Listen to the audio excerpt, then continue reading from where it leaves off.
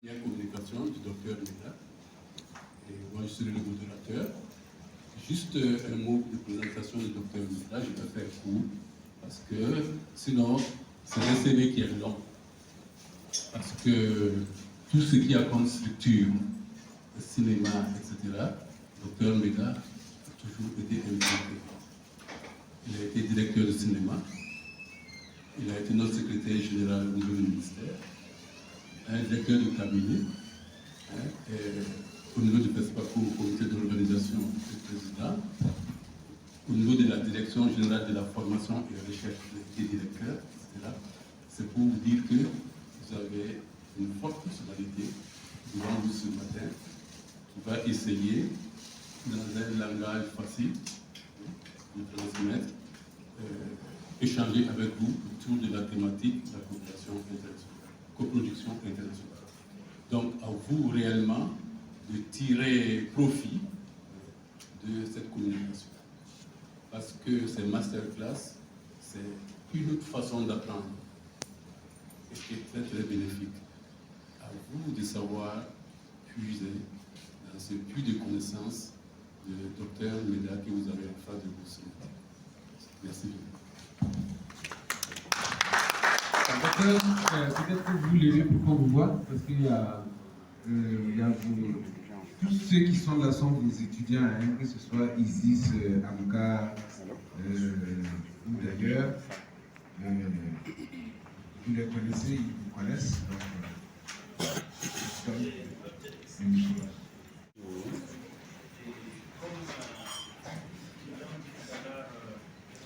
Je crois qu'ils ont produit sur moi, sur la modeste personne. En fait, je suis aussi de l'ISIS Studio École. Hein. Et hier, avec les étudiants, je leur disais que je leur montrais mon bureau, hein, la salle TV5, en disant que c'était mon bureau en 1991. De 1991 à 1996, j'ai occupé ce bureau en tant que directeur de la production, service production cinématographique. Alors je crois que maintenant qu'ils rigolent parce qu'ils se disent c'est un ancêtre. Voilà. Bon, ceci étant, je ne suis que votre grand frère. Et on va aller un peu dans ce sens-là. Et puis l'anecdote assez marrante en matière de coproduction, c'est que en 1995 ou encore, nous avons fait le chemin Maïga, qui vous donne le cours d'éclairage, non, je crois. Alors, et quelqu'un d'autre, Kassoum Congo, qui est décédé, malheureusement. Et puis, une troisième personne. Nous avons fait la route de Ouagadougou jusqu'à Bamako, avec du matériel, donc pour aller et participer en coproduction avec le film Saraounia de Maître Ando. Alors, Maître Ando, c'est un réalisateur mauritanien qui tournait son film au Mali. Donc, et nous avons passé, je vais dire, 2 jours en route, parce que d'abord le matériel était lourd, et donc on ne pouvait pas filer, et puis c'était délicat aussi. Donc tout le matériel, éclairage, HDMI, tout ce qu'il y avait comme éclairage, et les groupes aussi. Alors quand on est arrivé le lendemain au soir, Maître Ondo était tellement heureux, parce qu'il ne pouvait pas imaginer qu'on puisse arriver à temps pour pouvoir commencer son film. Donc voici une histoire qui nous raconte un peu la coproduction entre le Burkina Faso et les pays de la sous-région. Je crois que ce que j'ai cité, ce n'est que justement ce que moi, en tant que responsable de la production, j'ai pu faire directement sur ce pays. Mais c'est aussi le cas pour plusieurs autres, hein, que ce soit en Côte d'Ivoire ou bien que ce soit au Ghana, en Côte d'Ivoire pour d'autres films, que ce soit au Ghana pour Sankofa, avec Haïlé Guérima, qui était en coproduction avec le Burkina, le Ghana et les États-Unis et l'Éthiopie. Alors donc, où c'était la même démarche, et bon, les anciens qui ont fait ce chemin-là Frédéric était encore très jeune à l'époque, hein, donc je ne sais pas s'il était à Accra avec Oussam Kofa. Et il y a eu également des tournages qu'on a eu à faire avec le Togo. Dans le cadre d'un autre film qu'on appelle Kawilasi de Abalo Kirizu, c'est un ancien de l'INAFEC qui c'est même parmi les premiers cinéastes, on pourrait dire, du Togo. Alors, donc, on était également allé soutenir. Bon, au-delà donc de cet aspect de la production, alors je crois qu'on a pu faire suffisamment d'approche. Et donc, c'est dans ce sens-là que je voudrais, maintenant que ça marche, vous pouvez avancer en introduction. Donc, si le producteur marchait, c'était très bien, parce qu'il y a des raisons palpables. D'abord, il faut compter le niveau de financement. Ça, c'est un élément très important. Mais il faut aussi noter qu'en matière de coproduction, on va aussi avoir des facilités fiscales. Et ces facilités fiscales donc, qui sont données dans certains pays. Et au Burkina, nous avons eu ces cas-là, où, par exemple, les questions des taxes étaient de 11% pour l'importation du matériel, donc, et d'autres éléments comme ça. Il y a également le fait d'avoir des décors naturels. Aujourd'hui, quand on regarde les décors, on voit on prend le Maroc. Le Maroc a, on va dire, vendu finalement son décor au cinéma américain. Donc, c'est dire que les films, la quantité de films qui se tournent au Maroc, c'est justement en coproduction sur ces aspects donc, de décors qui sont naturels. Ou alors les compétences artistiques et techniques. Donc, c'est dire que vous, en tant que Burkinabé, dans vos différentes structures, vous pourriez imaginer des coproductions avec d'autres pays parce que vous avez donc une technicité que vous pouvez donner à d'autres. Donc, voici un peu une raison palpable en ce qui concerne la coproduction. On peut aussi noter le fait que en matière de coproduction, il y a des résultats et ces résultats-là sont liés à certaines modalités. Faire une coproduction, c'est d'abord avoir un accord de production, un accord de coopération culturelle ou un accord de coproduction avec les pays. Et ça va être un élément important également donc, que nous allons avoir. Alors donc, en ce qui concerne le plan, vous voyez rapidement que c'est en 3 parties les questions de motivation, et ce qu'on vient de dire tout à l'heure, quelles sont les formes, quelles sont les circonstances et quelles sont les ressources. Nous avons également l'impact de cette coproduction-là. Ça va impacter les acteurs, ça va impacter l'industrie elle-même et ça va impacter aussi le PIB au niveau du produit, alors du pays. Et quelle amélioration peut-on faire en ce qui concerne la coproduction, donc au niveau gouvernemental, politique, au niveau économique et au niveau social. Alors, vous pouvez passer. Alors, on a dit les motivations, donc on va passer sur ça. C'était une introduction par rapport aux motivations. Et... Oui, allez-y, parce que ça me concerne. Ok. Alors, donc, tout à l'heure, quand je parlais des questions de financement, il y a des structures qui ont été mises en place dans différents pays. On doit dire que nous, au Burkina, nous sommes toujours pionniers, mais en fin de compte, nous devenons derniers. Nous avons eu le fonds 3515 qui était un fonds qui a aidé justement à acquérir le matériel qui servait à faire les différentes coproductions. Et même qu'on a dû financer certaines productions qui n'étaient pas les nôtres, juste pour des questions politiques. Mais aujourd'hui, le fonds 3515 qui était devenu FODEAC n'existe plus. Et c'est dans la sous-région, on va noter que c'est le fonds 6 au niveau de la Côte d'Ivoire ou le FOPICA au niveau du Sénégal, donc qui continuent d'exister véritablement et qui font bon an mal an le travail qui devrait être fait par les autres. Alors si on continue, on va noter que il y a la question des talents, donc les différents talents, c'est ce que je venais d'expliquer tout à l'heure. On a participé dans ces différents films-là, hein, quand on regarde Maître Kondo, avec Cheikh Omar Sissoko, La Genèse, La vie sur terre, Henri Dupac, Ma famille, Sankofa, Kilouzou, et ainsi de suite. Donc, c'est autant de participations que nous avons fait justement pour donner nos talents, donc en coproduction. Alors, on a aussi les infrastructures. Les infrastructures, c'est déjà les équipements, bien sûr, mais il y a également les questions de services de post-production. Et justement, beaucoup devraient pouvoir noter que les tout premiers éléments qu'on a eus en matière de coproduction, ça date même de la télévision, puisque les rushs, les tournages que nous faisions étaient développés au Niger. Après, nous avons un interpositif. Après, nous avons acheté notre matériel qui n'a jamais pu être installé. Donc, l'ensemble de la post-production, c'est-à-dire le développement des pellicules, le montage, ainsi de suite. Bon, c'est bien parce que ça nous a permis de découvrir en son temps la France. Et on allait donc pour terminer le film en France, c'est pas mal. Mais en même temps, c'est parce qu'on avait un accord de coproduction avec la France. Et c'est justement un des premiers accords de coproduction qu'on avait et qui nous permettait de faire cela. Je pense que Marie-Jeanne Kanyala est là et elle a dû aller à plusieurs reprises sur différents films burkinabés ou d'ailleurs, donc pour justement assister à cela.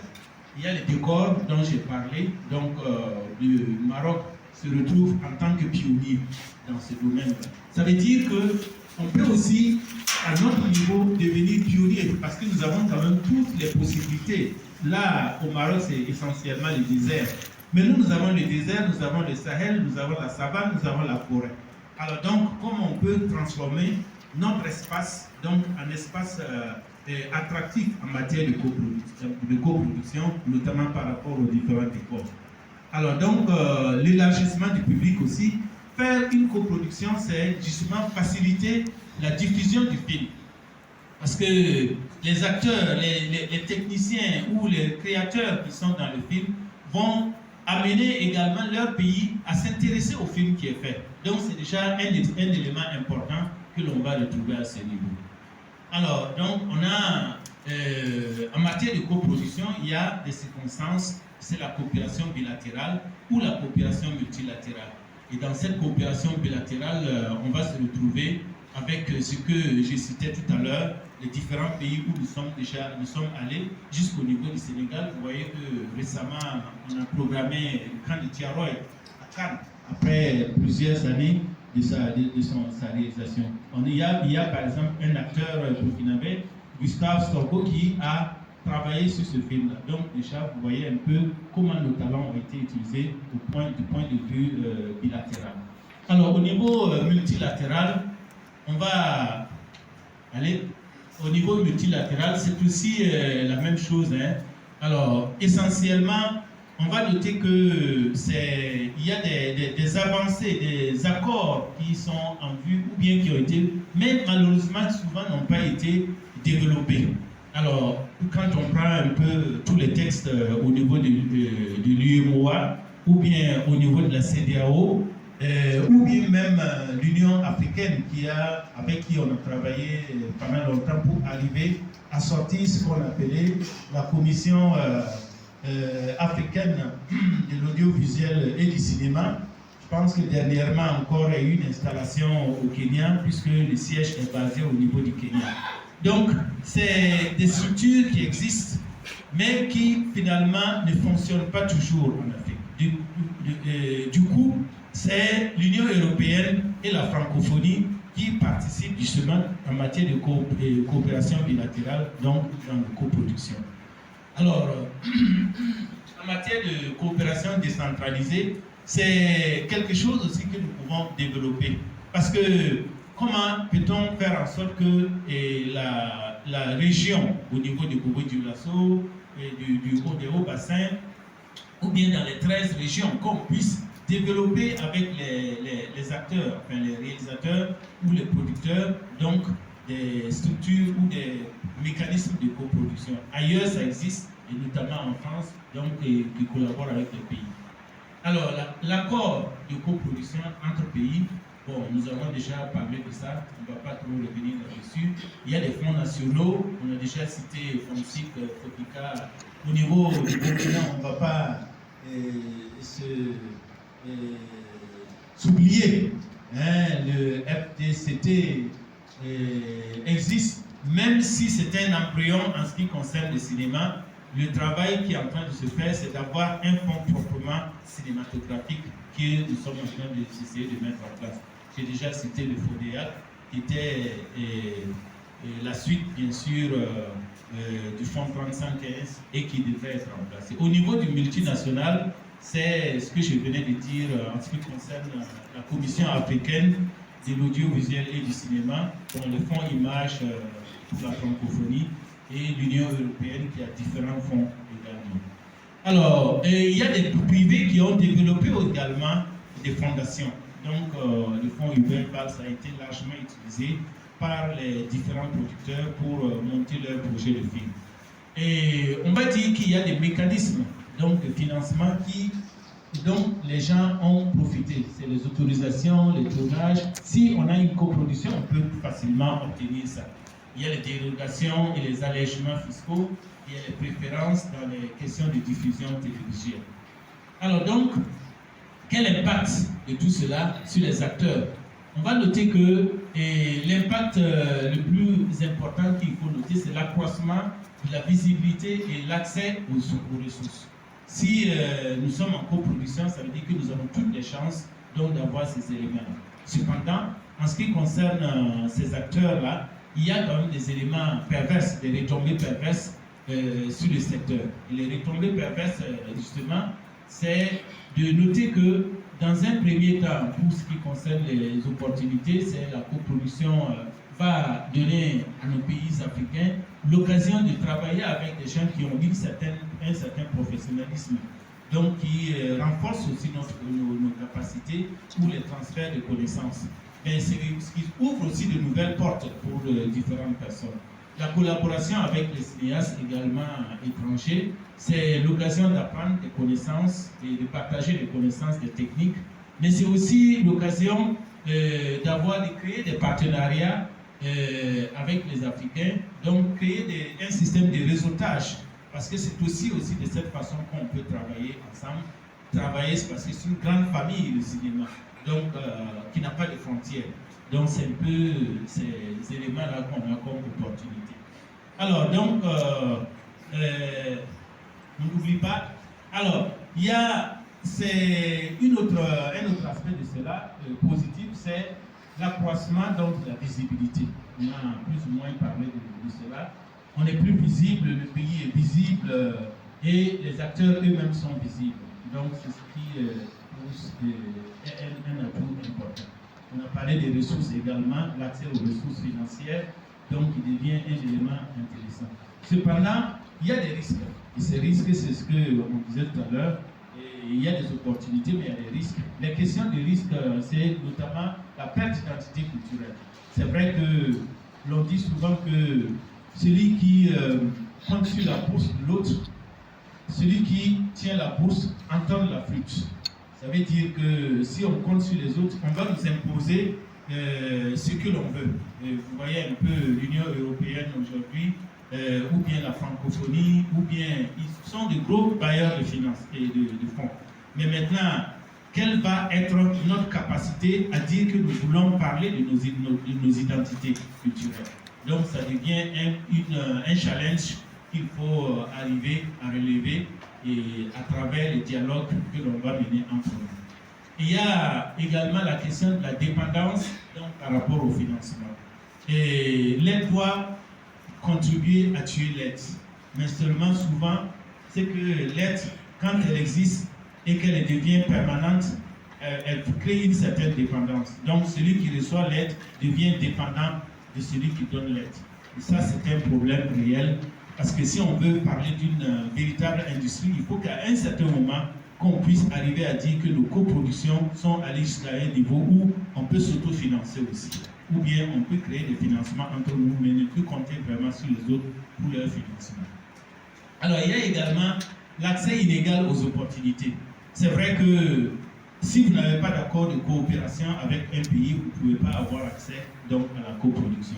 Et le deuxième élément, c'est que une fois que vous êtes dans un certain milieu, si vous n'êtes pas introduit, il est certain que vous n'allez pas avoir accès non plus à certaines opportunités. Donc c'est un peu cette lutte parfois que l'on retrouve dans ces domaines.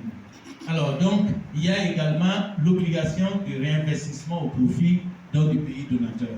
Et le vrai problème, c'est ça. Quand, par exemple, un pays donateur donne son financement, c'est pour financer, pour payer les salaires des personnes qu'on a sur le plateau. Ça veut dire que si un directeur de la photographie, Lionel Cousin, par exemple, arrive au Burkina, l'argent que la France a mis, et du moins a mis dans le projet, va être utilisé pour payer cette personne-là. Donc c'est finalement l'argent retourne. Et quand vous regardez un peu les salaires, vous êtes un peu surpris. Les nationaux ne sont pas payés au même titre que les expatriés qui viennent pour travailler. Donc c'est parce qu'ils se disent c'est leur argent, donc il faut les payer et comme cela se serait fait dans leur pays, et le fait même qu'ils soient ici, c'est un dépaysement. Il faut même payer pour les dépaysements. Donc ça veut dire que finalement on vous donne de l'argent, mais cet argent retourne finalement au pays. Alors qu'est-ce qu'on y gagne en fin de compte? Est-ce que c'est une coopération gagnant-gagnant que l'on essaie de faire ou pas? Alors donc c'est des éléments de réflexion sur lesquels il faut aller au gouvernement. Et il y a donc la nécessité de l'engagement étatique, l'exigence de l'implication des pays demandeurs, parce que on vous dira mais vous êtes votre pays est coproducteur, mais qu'est-ce que vous y mettez? Alors donc si le pays ne garantit pas un certain apport dans la coproduction, bon, ça pose un problème. Si bien que parfois on a été obligé de tricher, et ici on gonfle un peu les prix. Vous savez, on avait fait en son temps un système de tarifs, un tarifier sur notre matériel et sur nos techniciens. Donc, il permettait que quand on vient solliciter une coproduction, nous sommes peut-être à 50 millions, 40 millions, ainsi de suite. Mais on sait qu'en vérité, sur le terrain, ce ne sera pas ça. Mais c'est pour gonfler notre part de coproduction. Et c'est la même chose que l'on va faire également par rapport à la télévision. Je crois que jusqu'à aujourd'hui, ça se poursuit. Sauf que de plus en plus, certains partenaires ont compris le subterfuge et commencent à refuser cette modalité. Donc, cet engagement-là devient caduc. Alors, on a parlé des acteurs. Maintenant, en matière de l'industrie elle-même, il faut noter que la coproduction apporte une contribution significative donc, à l'industrie cinématographique africaine, et même s'il y a aussi des défis qu'il faut noter. On a dit déjà l'industrie est beaucoup plus visible. Aujourd'hui, pendant longtemps, on a dit que le Burkina était un pays cinématographique, un grand pays cinématographique. Et hier, je disais aux étudiants que faisons attention parce que notre pays est en train d'aller en arrière. Et donc, il y a un travail qu'il faut que nous fassions pour ne pas être les premiers qui deviennent les derniers en fin de compte. Parce que les autres pays sont en train de se débrouiller pour gagner beaucoup plus de visibilité. Donc, justement, parce qu'ils ont, par exemple, des fonds, ils ont des gens qui travaillent, ils ont des gens qui s'internationalisent. Et donc, tout ça, c'est parce qu'il y a cette possibilité. Il y a aussi l'élément de la promotion de la diversité culturelle. Nous sommes 60 nationalités au Burkina.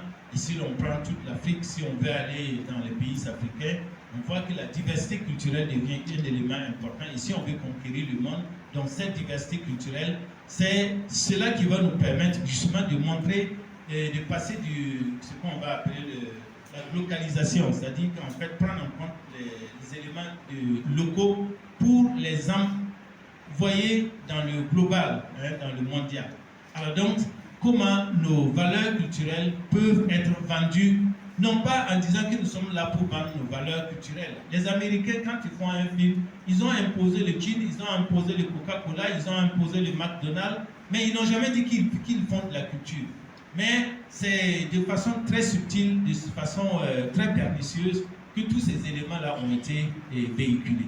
Alors donc, et aujourd'hui, on voit un peu d'autres valeurs que nous refusons, mais qui sont dans les films et qui vont nous être imposés en fin de compte. Donc c'est dire que c'est des éléments que nous allons pouvoir mettre en place, et ce qui va amener des biais.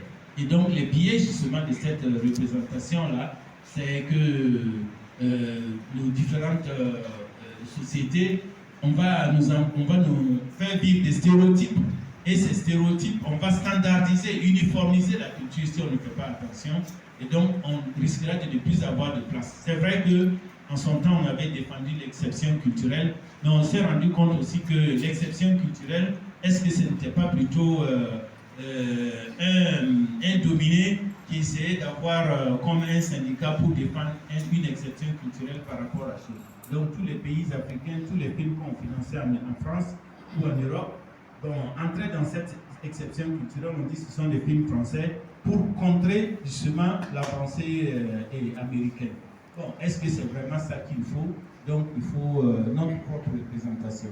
Alors, il y a également donc en dernière position par rapport à cet impact-là, l'impact sur le PIB, notre produit intérieur brut. La coproduction apporte également beaucoup. Et on voit un peu la réussite d'un film et coproduit va générer bien sûr des revenus et qui vont être répartis avec bien sûr des retombées donc, sur l'économie et les fiscs, on va dire. Alors donc, la création d'emplois également. Il y a la création d'emplois. On faisait une simulation hier en se disant que aujourd'hui tous les pays sont sur cette logique-là. Et en France, ils ont fait une simulation sur jusqu'à 2030. Qu'est-ce que va devenir leur cinéma d'ici 2030? Au Nigeria, ils ont fait également la même chose. Je pense qu'au Sénégal, ils sont en train de travailler.